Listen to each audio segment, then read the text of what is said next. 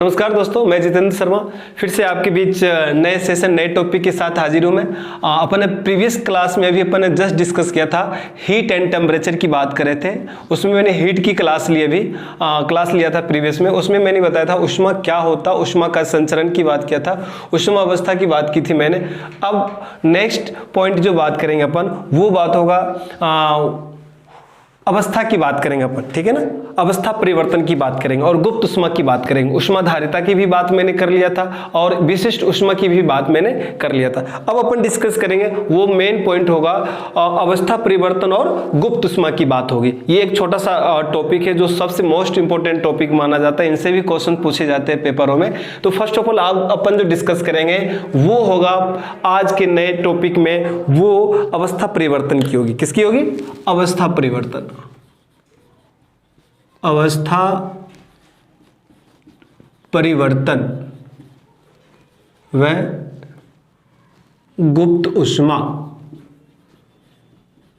गुप्त उष्मा की बात करें, लेटेंट ऑफ हीट कहते हैं अपन, और अवस्था परिवर्तन भी हो रही है। तो अब इसमें अपन जो टॉपिक स्टार्ट करेंगे वो सबसे पहले स्टार्ट करेंगे अवस्था परिवर्तन की, कि अवस्था परिवर्तन किस तरह से होती है। जैसे यदि आपको द्रव से गैस में, गैस से द्रव से, द्रव से ठोस में, ठोस से गैस में, आप इस तरह की यदि परिवर्तन करते हो तो इसे हम क्या कहते हैं? अवस्था परिवर्तन कहते हैं। और इस तरह से एक निश्चित कोई भी पदार्थ होता है, एक निश्चित टेम्परेचर पे वो किसी और अवस्था में परिवर्तन हो जाते हैं, उसे अपन क्या कहते हैं? अवस्था परिवर्तन।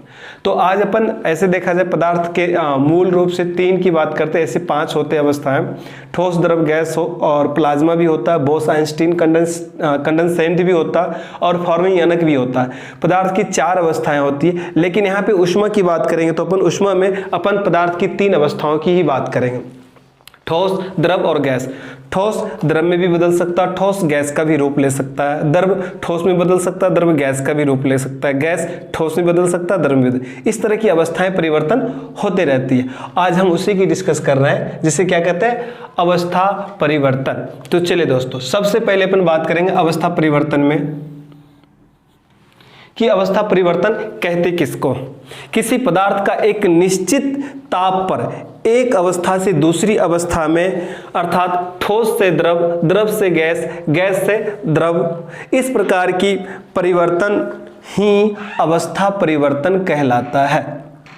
ओके दोस्तों, अब मैं बता, अवस्था परिवर्तन का ताप नहीं बदलता।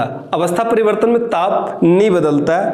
बदलते क्या है? उनके अणुओं की मध्य की गतिज ऊर्जा भी नहीं बदलती। बदलते भी क्या है? लेकिन अणुओं की स्थितिज ऊर्जा बदल जाती है। आपसे पूछा जाता है कि अवस्था परिवर्तन में क्या बदलता है? अवस्था परिवर्तन में आपको मैं बता दूं कि पदार्थ का ताप नहीं बदलता है और ना ही इनमें गतिज ऊर्जा बदलती है, उनके मध्य ना गतिज ऊर्जा बदलती है। बदलती क्या है? तो अणुओं की आंतरिक स्थितिज ऊर्जा बदलती है। उस पदार्थ की अणुओं की आंतरिक स्थितिज ऊर्जा में परिवर्तन होता है, जिसे ही अपन क्या कहते हैं? अवस्था परिवर्तन की बात करते हैं। चलिए, अवस्था परिवर्तन में देख ले कि नंबर 1 पॉइंट की बात करें, सबसे पहले अपन आ जाते हैं गलनांक, जिसे क्या कहते हैं? गलनांक को अपन मेल्टिंग पॉइंट कहते हैं। क्या कहते हैं? Melting point.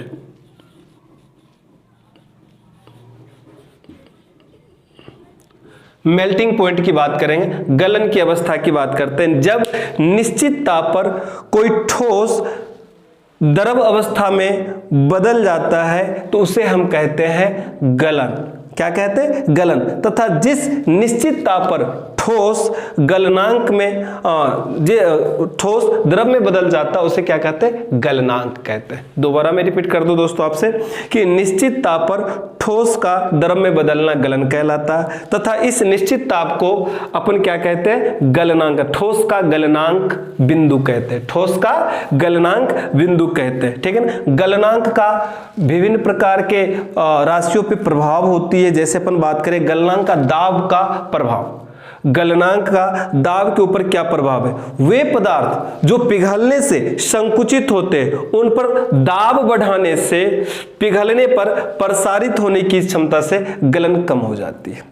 चलिए फिर से दोबारा मैं बात कर लूं कि यदि हम दाब बढ़ाते हैं तो उनका गलनांक बढ़ जाता। सिंपल शॉर्ट में बात करें, वे पदार्थ जो पिघलने पर संकुचित होते हैं उन पर दाब बढ़ाने से उनका गलनांक कम हो जाता है। क्या हो जाता है? कम हो जाता है। जैसे अपन आइस की बात करें, बर्फ की बात करें, ढलवा लोहा की बात करें, बिस्मत की बात करें आदि, वे पदार्थ जो पिघलने पर क्या होते हैं? प्रसारित होते हैं। उन पर दाब बढ़ाने से उनका गलनांक बढ़ जाता है। ठीक है ना। गलनांक पर अशुद्धि का भी प्रभाव पड़ता है। सामान्यतः अशुद्धि मिलाने से गलनांक कम हो जाता है। जैसे 0 डिग्री सेल्सियस पर बात करें, किस पे बात करें? 0 डिग्री सेल्सियस पर बात करें, पिघलती बर्फ में कुछ नमक या सोडा मिला दिया जाए तो बर्फ का गलनांक 0 डिग्री से घटकर -22 डिग्री सेल्सियस तक कम हो जाता है।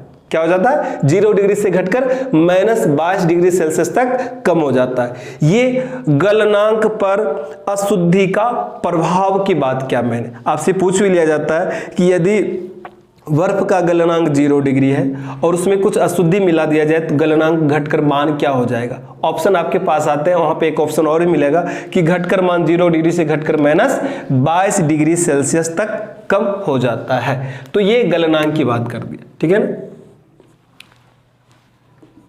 जिस नियत ताप पर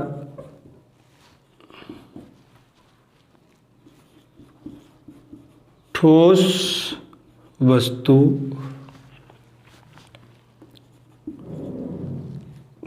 द्रव अवस्था में ठोस वस्तु द्रव अवस्था में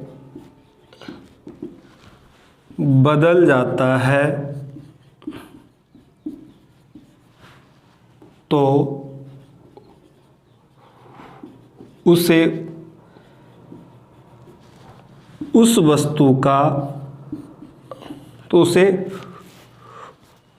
ठोस वस्तु का गलनांक कहते हैं। क्या कहते हैं दोस्तों? गलनांक कहते हैं। ठीक है ना। जैसे आपसे पूछ लिया जाए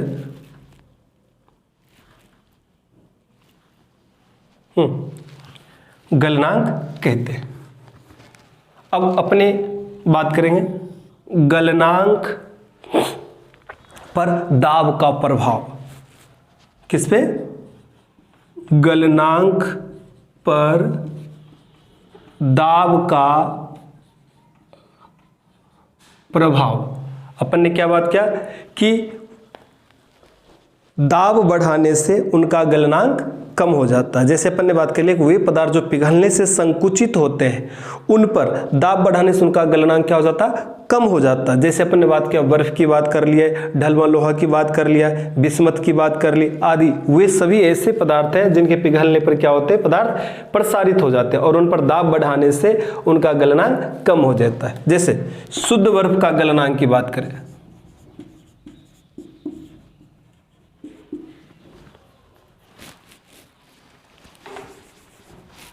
बर्फ का गलनांक कितना होता है?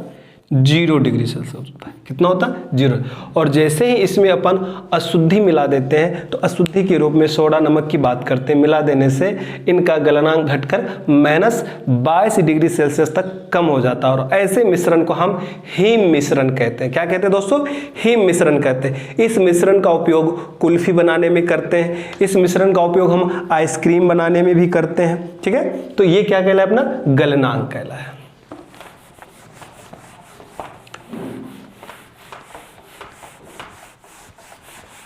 उसी तरह से अब बात करेंगे अपन हिमांक की बात करेंगे। हिमांक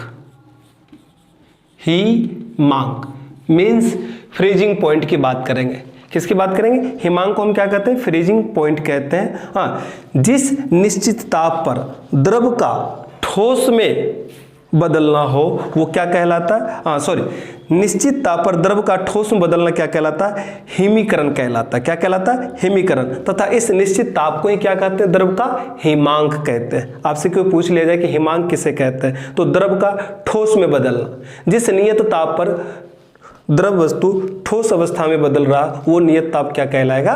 अपना हिमांक कहलाता है। जैसे अपन बात कर ले यहाँ पे हिमांक की बात,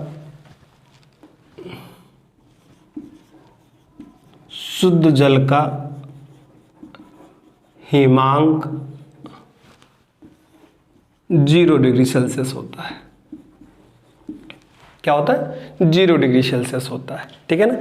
इसी तरह से अपन इसमें भी एक पॉइंट आता है कि हमेशा गलनांक एवं हिमांक की जो बात करते हैं वो क्या होते हैं? बराबर होते हैं। गलनांक और हिमांक प्रायः हमेशा बराबर होते हैं। तो ये भी ध्यान रखना है कि गलनांक एवं हिमांक प्रायः बराबर होते हैं। क्या होते हैं? बराबर होते हैं। अब बात करेंगे अपन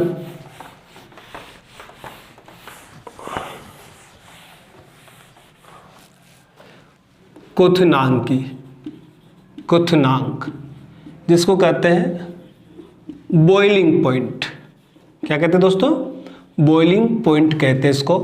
क्वथनांक बिंदु की बात कर लेंगे। क्वथनांक जिस नियत ताप पर कोई द्रव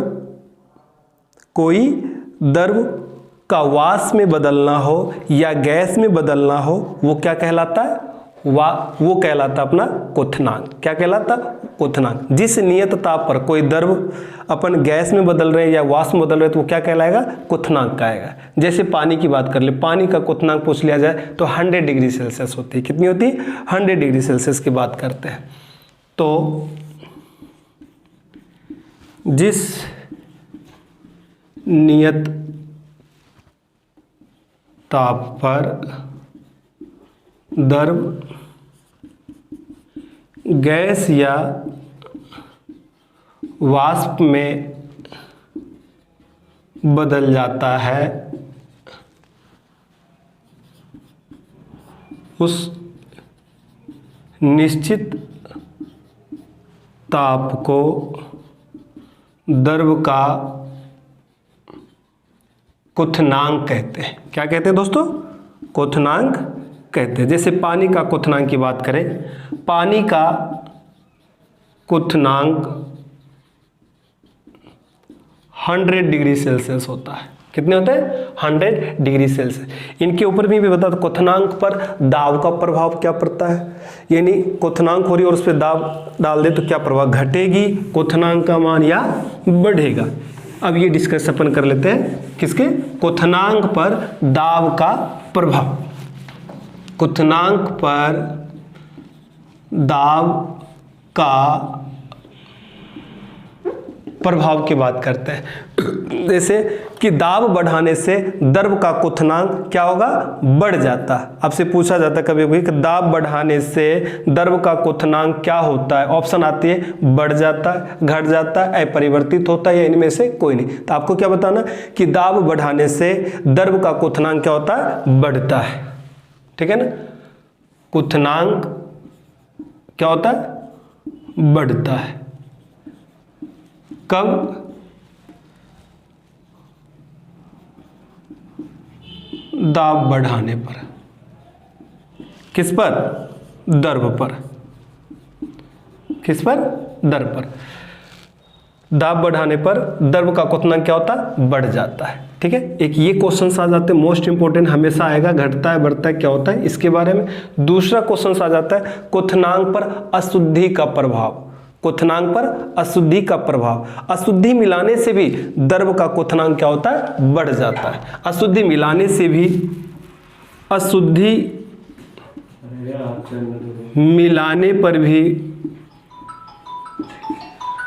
मिलाने पर भी द्रव का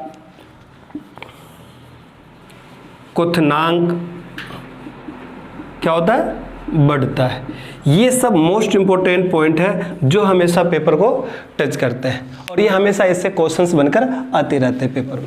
चलो दोस्तों, आज अपन ने बात कर लिया अवस्था परिवर्तन की। अब बात करेंगे हम गुप्त ऊष्मा की बात करेंगे। किसकी बात करेंगे? गुप्त ऊष्मा की बात करेंगे कि गुप्त ऊष्मा किसे कहते हैं। अवस्था परिवर्तन में बता दिया कि जिस नियत ताप पर कोई ठोस वस्तु द्रव अवस्था में, कोई द्रव वस्तु गैस अवस्था में, कोई गैस, या इस तरह से एक अवस्था से एक स्थान से दूसरे अवस्था में या एक अवस्था से दूसरे अवस्थान में परिवर्तन होते रहते हैं, उसे क्या कहते हैं? अवस्था परिवर्तन कहलाता है। अवस्था परिवर्तन में क्या होता है? पदार्थ के अंदर गतिज ऊर्जा का परिवर्तन नहीं होता है और ना ही उनके ताप का परिवर्तन होता। परिवर्तन किसके होते हैं? उनके आंतरिक अणुओं की स्थितिज ऊर्जा का परिवर्तन होता है, उसे क्या कहते हैं अपन? अवस्था का परिवर्तन। फॉर एग्जाम्पल के तौर पर अपन ने बात किया, पहला क्या लिया था? गलनांक की बात की थी अपन ने। किसकी बात की थी दोस्तों? गलनांक की। कि गलनांक, तो गलनांक की बात किया कि जिस नियत ताप पर, क्या बताया था? कि जिस नियत ताप पर कोई ठोस वस्तु द्रव अवस्था में बदल जाता है तो उसे उस निश्चित ताप का ठोस का क्या कहलाता है? गलनांक कहलाता है। ठीक है, ये बात बताया। जैसे बर्फ का गलनांक बताया था मैंने 0 डिग्री होता है। गलनांक पर दाब का प्रभाव क्या होता है? तो मैंने ये बताया था कि गलनांक पर दाब बढ़ाने से क्या होता है? उनका गलनांक बढ़ जाता है। यदि आप बढ़ा देते हो दाब बढ़ाने से, ठोस वस्तु पर यदि दाब बढ़ा देते हो तो उसका गलनांक बढ़ जाता है। ठीक है ना। और मैंने ये भी कहा था कि गलनांक पर अशुद्धि का क्या प्रभाव पड़ता है? तो मैंने बताया था कि अशुद्धि मिलाने से, यदि आप अशुद्धि मिला देते हो, जैसे बर्फ हो गया, लोहा हो गया, बिस्मत हो गया, इन सब की बात किया था अपन ने। इन सब में यदि आप 0 डिग्री सेल्सियस पर मान लीजिए नमक या सोडा आप मिला देते हो तो इनकी मिलाने से उनकी अशुद्धि 0 डिग्री से घटकर -22 डिग्री सेल्सियस तक कम हो जाती है। और ऐसे मिश्रण को हमने बताया था कि क्या कहते हैं? हम कहते हैं इसके हीम मिश्रण। क्या कहते हैं? हीम मिश्रण। और इस प्रकार के मिश्रण का प्रयोग हम कहाँ करते हैं? कुल्फी, आइसक्रीम आदि बनाने में करते हैं। चलिए, नेक्स्ट टॉपिक की अपन ने डिस्कस किया था, उसमें था अपना हिमांक किसे कहते हैं? क्या? हिमांक। पहले अपन ने डिस्कस कर लिया गलनांक की, फिर अपन डिस्कस कर रहे हैं हिमांक। हिमांक का मतलब क्या बताया था? Freezing point. क्या बताया? Freezing point. कि जिस नियत ताप पर कोई द्रव किस में बदल जाए? ठोस अवस्था में बदल जाए तो उसे हम क्या कहेंगे? हिमांक कहेंगे। जिस नियत ताप पर बदल जाए उसे क्या कहेंगे? हिमांक कहेंगे। ये बात अपन ने डिस्कस कर लिया। और ये भी बताया था कि शुद्ध जल का हिमांक भी कितना होता है? 0 डिग्री होती है, 0 डिग्री सेल्सियस होते। नाउ नेक्स्ट जो लास्ट पॉइंट था अपने पास वो था क्वथनांक की बात। क्वथनांक में क्या बताया दोस्तों मैंने? कि निश्चित दाब पर जब निश्चित ताप पर जब द्रव अवस्था से कोई गैस अवस्था में या वाष्प अवस्था में बदल जाए तो उस निश्चित ताप पर जो द्रव बदल रहा है उसे ही क्या कहते हैं? हम क्वथनांक कहते हैं। जैसे पानी का क्वथनांक कितना होता? 100 डिग्री सेल्सियस। कितना होता है? 100 डिग्री सेल्सियस। फिर मैंने बताया कि क्वथनांक पर दाब का क्या प्रभाव पड़ता है। तो क्वथनांक पर अपन ने बात की अपन कि दाब बढ़ाने से द्रव का क्वथनांक क्या होता है? बढ़ता है। क्या होता है? बढ़ता है। नेक्स्ट टॉपिक की बात की अशुद्धि मिलाने, अशुद्धि का क्या प्रभाव पड़ता है क्वथनांक के ऊपर? तो अशुद्धि मिलाने से भी द्रव का क्वथनांक क्या हो जाता है? बढ़ जाती है। क्या हो जाती है? बढ़ जाती है। इस तरह से हमने अवस्था परिवर्तन की बात कर लिया और अवस्था परिवर्तन में हमने 3 पॉइंट कंप्लीट कर ली। हिमांक की बात कर लिया, गलनांक की बात कर ली और क्वथनांक की बात कर ली। अब अपन डिस्कस करेंगे गुप्त उष्मा की। जो उष्मा छुपा हुआ है, जो उष्मा हमें दिखाई नहीं दे रहा, उसे हम क्या कहते हैं? गुप्त उष्मा कहते हैं, लेटेंट ऑफ हीट कहते हैं। ठीक है ना। इसे हम L से डिनोट करते हैं। और ये होता क्या है? फॉर एग्जाम्पल मान लिया जाए किसी आप दूध को उबाल रहे हो या दाल बना रहे हो, जब आप बनाते हो तो आपको ये नहीं पता चलता है कि वो कितने टेम्परेचर पे जाके वो पक चुकी है या दूध में उबाल आ गया। दूध जितना उबलना चाहिए, गर्म होना चाहिए, उतना ही हमें टेम्परेचर देना चाहिए। इसकी हमें नॉलेज नहीं रहता। हम तो समझते हैं कि जब तक ये उबल ना जाए तब तक आप टेम्परेचर उसको देते रहो। तो जो दूध को गर्म होने तक जितनी उसको चाहिए उष्मा, ठीक है ना, वो, और जैसे ही उबलना स्टार्ट कर दे वो, तो इनके बीच का जो उष्मा होता है उसे क्या कहते हैं? लेटेंट ऑफ हीट, यानी गुप्त उष्मा। नियत ताप पर, किसकी बात करेंगे? नियत ताप पर पदार्थ की अवस्था परिवर्तन के लिए उष्मा की आवश्यकता होती है। क्या होती है? नियत ताप पर पदार्थ की अवस्था में परिवर्तन करने के लिए उष्मा की आवश्यकता होती है। इसे ही पदार्थ का गुप्त उष्मा कहते हैं। और अपनी भाषा की बात करें, जनरल नॉलेज की बात करें, तो मैंने बता दिया कि जितनी उष्मा देकर वो अवस्था में वो गर्म हो जाए। यदि कोई पदार्थ को यदि गर्म करना होता तो उतना पदार्थ उसको उष्मा मिल जाती जितनी पे वो गर्म हो जाती। उसके बाद तो वो उबलना हो जाते हैं या खोलना की बात करते हैं, खोलना स्टार्ट हो जाते हैं। ये सारे क्या होते हैं? बेकार चले जाते हैं उष्मा। ये अनयूजफुल उष्मा है। ठीक है ना। तो जितनी उसको उष्मा चाहिए गर्म होने के लिए, वही क्या कहलाएगा, गुप्त उष्मा कहलाता है। ठीक है ना।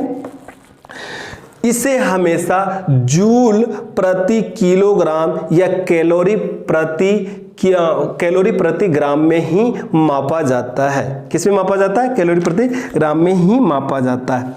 अब बात आता है यहाँ पे कि हम इसे किस तरह से और भी बेहतर समझ सकते हैं। हम इसे दो प्रकार के उदाहरण से समझ सकते हैं। दो उदाहरण देकर आप समझ सकते हैं इसको। ठीक है ना। चलिए, तो सबसे पहले गुप्त उष्मा में अपन लिख ले कि Q बराबर क्या होगा, ml। क्या हो जाएगा, ml, जहां L क्या है, गुप्त उष्मा है, m क्या है, पदार्थ का द्रव्यमान की अवस्था परिवर्तन के लिए उष्मा की कितनी आवश्यकता होती है उसकी बात करते हैं। तो पदार्थ को गर्म करने के लिए, पदार्थ के द्रव्यमान को गर्म करने के लिए कितनी उष्मा की आवश्यकता होती है उसे Q कहते हैं। पदार्थ का द्रव्यमान को हम m से डिनोट करते हैं और कितनी मात्रा के बाद वो गर्म हो जाता है, L मतलब होता है गुप्त उष्मा। इसलिए L बराबर गुप्त उष्मा, और ये क्या हो गया, पदार्थ का द्रव्यमान। ठीक है ना। तो इस तरह से हम लिख सकते हैं L बराबर Q अपॉन M, और इससे इसका सूत्र निकल के आ जाएगी, इकाई निकल के आ जाएगा, माप निकल के आ जाएगी, मात्रक निकल के आ जाएगी। क्या, सीजीएस पद्धति में हो जाएगी इसका कैलोरी प्रति ग्राम, और एसआई पद्धति में हो जाएगा जूल प्रति किलोग्राम, जूल प्रति किलोग्राम। इस तरह से गुप्त उष्मा की बात। गुप्त उष्मा को हम दो और तरीके से समझ सकते हैं। फॉर एग्जांपल की बात कर ले, एक होती है गलन की गुप्त उष्मा, एक होता है वाष्पन की गुप्त उष्मा। गलन की गुप्त उष्मा का मतलब क्या, कोई ठोस किस तापमान पे द्रव अवस्था में बदल रहा है।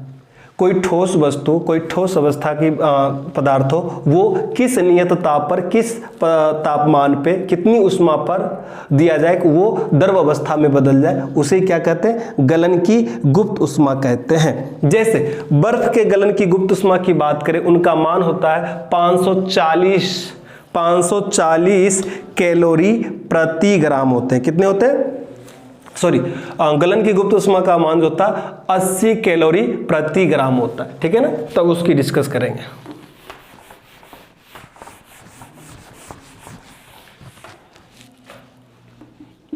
गलन की गुप्त उष्मा, जैसे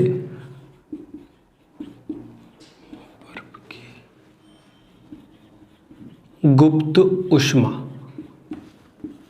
80 कैलोरी प्रति ग्राम होता है, या 80 जूल प्रति किलोग्राम होता है। नेक्स्ट पॉइंट आ जाती है इसमें वाष्पन की गुप्त उष्मा। वाष्पन की गुप्त उष्मा की बात करेंगे।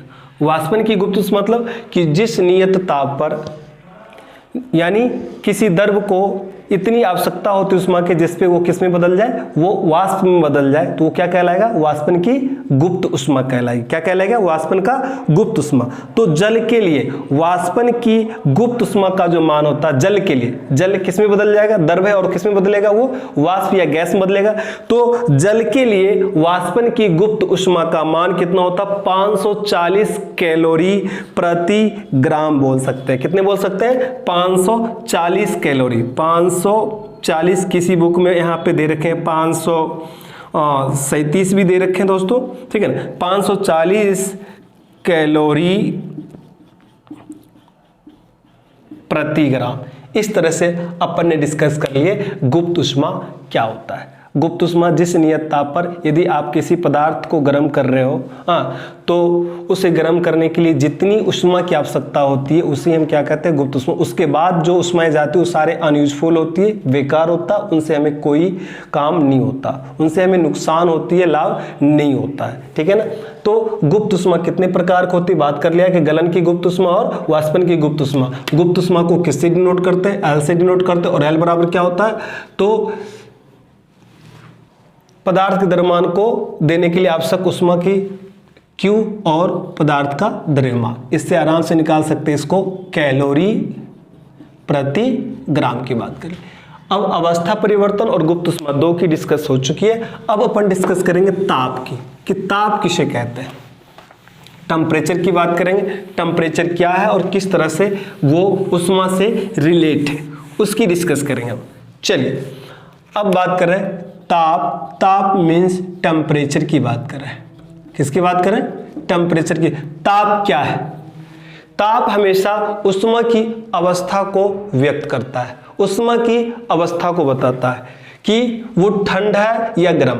वो ऊष्मा हमेशा भौतिक परिस्थिति की भौतिक अवस्थाओं को व्यक्त करता है। टेम्परेचर हमेशा जो होती है वो हमें एज ए प्रैक्टिकल कहते हैं, व्यवहारिक ज्ञान को प्रदर्शित करता है। तो ये दोनों में अंतर है। ऊष्मा भौतिक अवस्थाओं को व्यक्त करता है, जबकि ताप हमें व्यवहारिक अवस्थाओं को व्यक्त करता है। जब तक हम किसी एक दूसरे को वस्तु को टच नहीं करेंगे तब तक मुझे ये नहीं पता चलेगा कि वस्तु गर्म है या ठंडा। इसे तो हम ताप कह दिए। और ऊष्मा किसे कहते हैं? मैं इन्वायरमेंटल को, एक वातावरण से ही फील कर रहे हैं। भौतिक अवस्था मतलब बिना किसी को टच किए हम सिर्फ महसूस करें, वातावरण से, वायुमंडल से महसूस कर रहे हैं कि ये मौसम ठंड है या गर्म है। तो इसे हमने क्या कह दिया? ऊष्मा कह दिया। लेकिन यदि हम किसी वस्तु को टच करके बात कर रहे हैं और वो ठंडी और गर्मी की एहसास हो रही है तो हम उसे क्या कहेंगे? ताप कहेंगे। ठीक है दोस्तों, तो ये हो गया ताप ऊष्मा की अवस्था को बताता है। ठीक है ना? ताप का मात्रक एसआई पद्धति में, मात्रक या इकाई की बात करें एसआई पद्धति में केल्विन होता है। क्या होता है दोस्तों? केल्विन होता है। ठीक है ना? ये बात हो गई। ताप को मापने के लिए हमें थर्मामीटर की जरूरत होती है, तापमापी यंत्र की जरूरत होती है। तापमान मापने के लिए हमें एक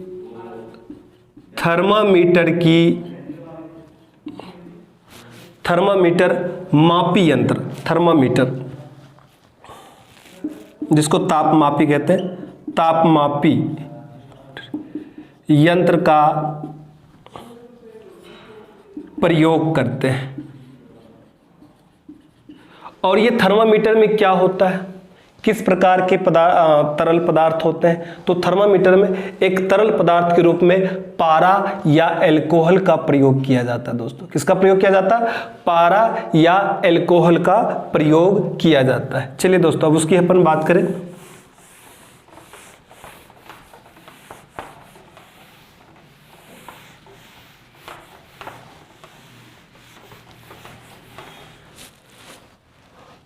ताप मापने के लिए अपन किसका बात किए? थर्मामीटर का। थर्मामीटर को अपन क्या कहते हैं? थर्मामीटर यंत्र बोल दे। थर्मामीटर को क्या कहते हैं? तापमापी यंत्र। तापमापी यंत्र। इस यंत्र में एक तरल पदार्थ के रूप में, किसके रूप में? तरल पदार्थ के रूप में क्या भरा होता है? तरल पदार्थ के रूप में जो भरा होता है वो उसका नाम है पारा। पारा को हम मरकरी भी कहते हैं। क्या कहते हैं दोस्तों? मरकरी भी इंग्लिश में कहते हैं। इसका रासायनिक जो सूत्र होता है वो Hg होता है। क्या होता है? Hg कहते हैं। ठीक है ना? पारा सिनेबार अयस्क से प्राप्त किया जाता है। किससे? सिनेबार अयस्क से। सिनेबार अयस्क से प्राप्त किया जाता है। प्राप्त किया जाता है। किससे प्राप्त किया जाता है? सिनेबार अयस्क से प्राप्त किया जाता है। या इसका दूसरा नाम क्विक सिल्वर भी होता है। क्या होता है दोस्तों? क्विक सिल्वर भी। हम पारा को मरकरी के नाम से भी जानते हैं, Hg भी लिखा हो सकता है और क्विक सिल्वर भी आता है। ठीक है ना? अब तरल पदार्थ के रूप में पारा भरा होता है। पारा क्यों? क्योंकि पारा का उष्मीय प्रसार गुणांक बहुत ही अच्छा होता है, ये उष्मा के अच्छे सर्वोत्तम सुचालक माने जाते हैं, इसीलिए हम पारा का प्रयोग करते हैं। ये थर्मामीटर के आंतरिक कांच की दीवार से चिपकता नहीं, इसीलिए हम जब कभी किसी का थर्मामीटर से उनके टेम्परेचर नोट करते हैं तो ये आसानी से सुगमता से पाठ्यांक को हम नोट कर सकते हैं, अन्यथा हम आसानी से नोट नहीं कर सकते, ठीक है ना। इसीलिए हम किसका प्रयोग करते हैं? पारा का। पारा का जो गलनांक पॉइंट होता है वो -39 डिग्री सेल्सियस होता है। क्या होता है दोस्तों? 39 डिग्री सेल्सियस होता है, ठीक है ना। इसलिए हम तरल पदार्थ के रूप में पारा का प्रयोग करते हैं दोस्तों। पारा के अतिरिक्त हम तापमापी यंत्र में हम अल्कोहल का भी प्रयोग करते हैं दोस्तों। किसका प्रयोग करते हैं? अल्कोहल का भी प्रयोग करते हैं, ठीक है ना।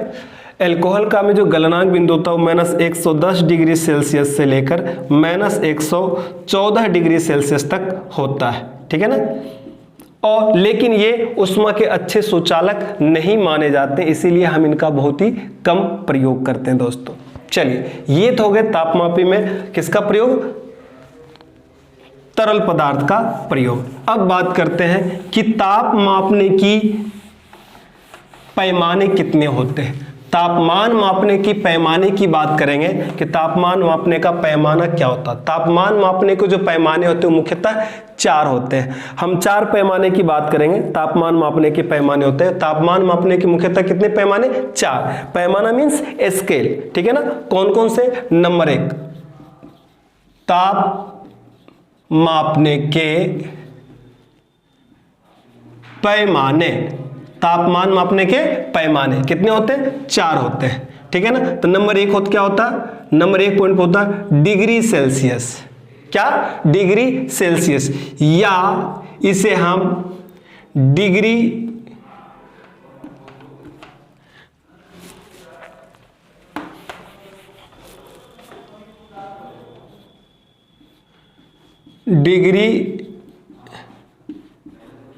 सेल्सियस या डिग्री सेंटीग्रेड भी कहते हैं। क्या कहते हैं दोस्तों? डिग्री सेंटीग्रेड भी कहते हैं। इस पैमाने में जल का जमाव बिंदु जो होता है वो 0 डिग्री सेल्सियस होता है। कितना? 0 डिग्री सेल्सियस। और जल का क्वथनांक बिंदु जो उबाल बिंदु होता है वो 100 डिग्री सेल्सियस होती है। आपसे पूछा जाता है कि डिग्री सेल्सियस में जल का जमाव बिंदु का मान कितना होता है? 0 डिग्री सेल्सियस। और क्वथनांक उबाल बिंदु का मान, क्वथनांक बिंदु का मान कितना होता है? तो 100 डिग्री सेल्सियस। यानी जल का जमाव बिंदु 0 डिग्री सेल्सियस, जल का उबाल बिंदु का मान 100 डिग्री से। इन दोनों के बीच में अंतर 1 की आती है, ये संबंध बन जाता है। और ये संबंध को हम किस तरह से लिखते हैं? 0 डिग्री सेल्सियस अपॉन 100। ये अब संबंध भी अपन क्रिएट करेंगे। चलिए, अब बात आ जाते हैं इसके बाद इसी में डिग्री फ़ारेनहाइट। किसकी बात आ जाते हैं? डिग्री फ़ारेनहाइट की बात करते हैं। दूसरे नंबर पे होता है डिग्री फ़ारेनहाइट। डिग्री फ़ारेनहाइट, ठीक है ना। Degree Fahrenheit. डिग्री फ़ारेनहाइट में जो जल का जमाव बिंदु होता है वो होते हैं -32 डिग्री फ़ारेनहाइट। कितनी? -32। और जल का उबाल बिंदु का मान होता है वो होते हैं 212। जब इन दोनों के बीच में अंतर निकाले जाते हैं, क्या निकाले जाते हैं दोस्तों? अंतर निकाले जाते हैं, तो इन दोनों के बीच में जो अंतर जो आता है वो 180 डिग्री का होता है। अर्थात कि डिग्री फ़ारेनहाइट का पैमाना अधिकतम 180 डिग्री तक सही से वर्क कार्य कर सकता है और तापमान माप सकता है। अधिकतम तो 212 है, लेकिन 212 तक सहनशीलता उसकी कम होती है, तो वो अधिकतम कहां तक सही मापन कर सकता है? तो 180 डिग्री। तो इनके बीच में भी हम संबंध बना देते हैं। क्या? F - 32 अपॉन अधिकतम कितना लिया? 180। तो ये हो गया डिग्री फ़ारेनहाइट की बात। चलिए दोस्तों, अब अपन बात कर लेंगे तीसरा जो है पैमाना, वो है र्यूमर की बात करेंगे। किसकी बात करेंगे? डिग्री र्यूमर की बात करेंगे। Degree rumour. डिग्री र्यूमर में जो जल का जमाव बिंदु होता है वो कितने होते हैं 0 डिग्री, और जल का उबाल बिंदु का अधिकतम मान कितना होता है वो होता है 80 डिग्री की बात करते हैं। किसकी? 80 डिग्री की बात करते हैं। तो इस तरह से दोनों के बीच में एक एक का अंतर है, तो यहां पे लिखेंगे डिग्री र्यूमर अपॉन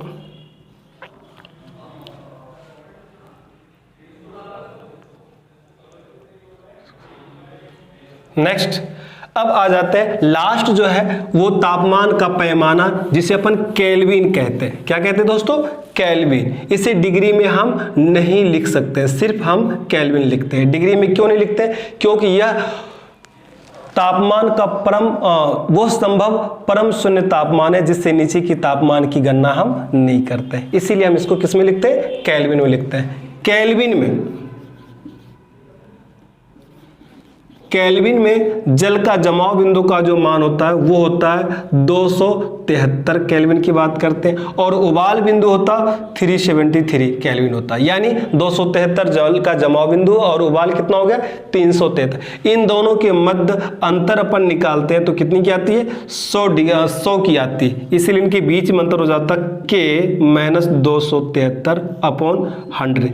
इस तरह से तापमान मापने के पैमानों के बीच में विभिन्न प्रकार से संबंध स्थापित हो जाती है, और हम आसानी से विद द हेल्प ऑफ इस सूत्र की सहायता से तापमान मापने के पैमानों की इस संबंध की सहायता से आसानी से हम विभिन्न प्रकार के तापमान को अलग अलग पैमानों में हम चेंज कर सकते हैं। फॉर एग्जाम्पल यदि कहा जाए कि मनुष्य का सामान्य तापमान डिग्री फ़ारेनहाइट में कितना होता है, तो डिग्री फ़ारेनहाइट में अपने को पता होना चाहिए कि 98 कितना 98 लगभग 98 डिग्री फ़ारेनहाइट होता, मान लिया जाए।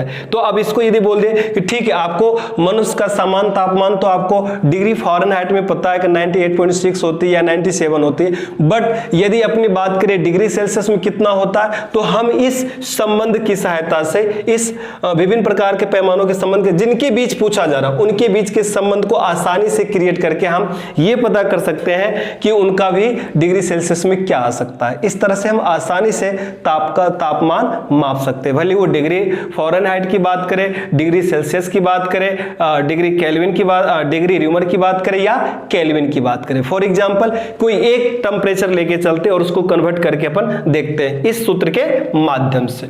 चलिए दोस्तों अपन बात करेंगे सबसे पहले कि 50 डिग्री सेल्सियस को डिग्री फ़ारेनहाइट में बदले, ठीक है ना, में बदले। तो बदलने के लिए ना हमारे पास अभी यहां ना इस क्वेश्चन से लग रहा है र्यूमर की बात नहीं कर रहा और केल्विन की बात नहीं कर रहा है, तो किसकी बात कर रहा है? डिग्री सेल्सियस को डिग्री फ़ारेनहाइट में। इसका मतलब कि ये सूत्र कहां से कहां तक के बीच काम आएंगे, यहां से यहां तक के सूत्र को हम आसानी से उपयोग में ले सकते हैं।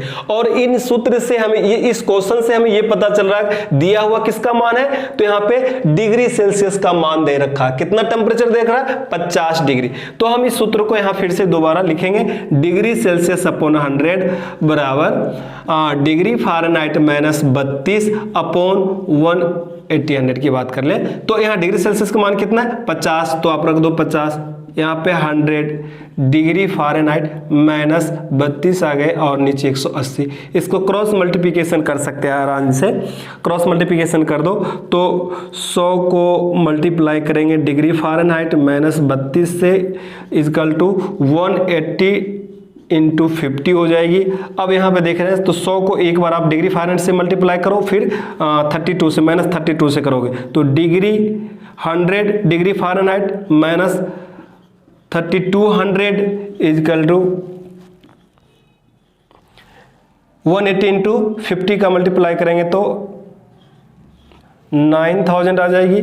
इस तरह से जो समान जाति के अंक हैं उन अंक को एक साइड ले जाना अपने को, ठीक है ना। तो यहाँ पे 100 डिग्री फ़ारेनहाइट बराबर यहाँ पे लिख सकते हैं 9000 अपॉन, इधर प्लस में है तो उधर जाते क्या हो जाएंगे, सॉरी इधर माइनस उधर क्या जाएंगे प्लस हो जाएंगे। तो इस 9000 और 3200 को आप ऐड कर दो,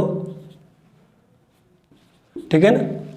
ऐड करने के बाद आ गया 12200 डिग्री 100 डिग्री फ़ारेनहाइट। आप डिग्री फ़ारेनहाइट आप यहाँ पे रख दो और 12200 को मल्टीप्लाई कर दो, डिवाइड कर दो 100 से, तो 0 0 यहाँ से कट गए, बचे कितने, तो डिग्री फ़ारेनहाइट बराबर आ गया 120। यानी 50 डिग्री सेल्सियस को अपन डिग्री फ़ारेनहाइट में चेंज किए तो तापमान कितने आ गए, 122, 122। इस तरह से आप किसी भी पैमाने में आप तापमान को आसानी से चेंज कर सकते हो।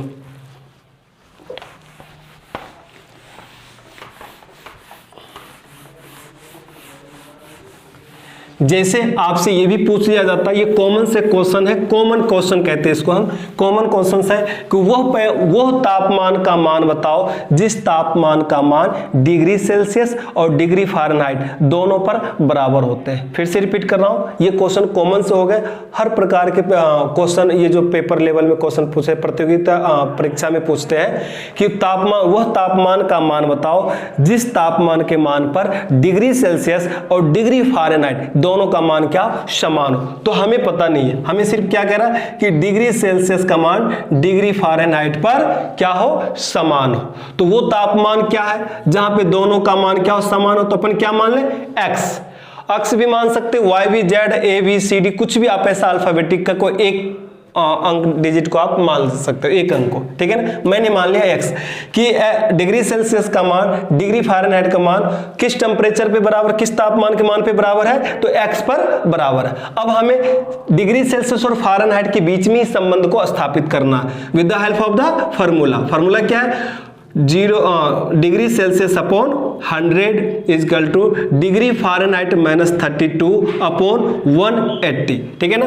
अब यहाँ पे डिग्री सेल्सियस का मान और डिग्री फ़ारेनहाइट दोनों का मान अपन ने क्या माना, यहाँ पे एक्स माना, तो अपन यहाँ क्या रख देंगे, एक्स अपॉन 100 और एक्स माइनस 32 अपॉन 180। अब फिर उसी तरह से अपन क्या कर देंगे, क्रॉस मल्टीप्लीकेशन कर दें। क्रॉस मल्टीप्लीकेशन क्या आ जाएगा, 100 into X minus 3200 is equal to यहाँ पे 180 इंटू एक्स। यानी अब यहाँ पे समान जाति के रूप में क्या, 100x और इधर पे 180x, ठीक है ना।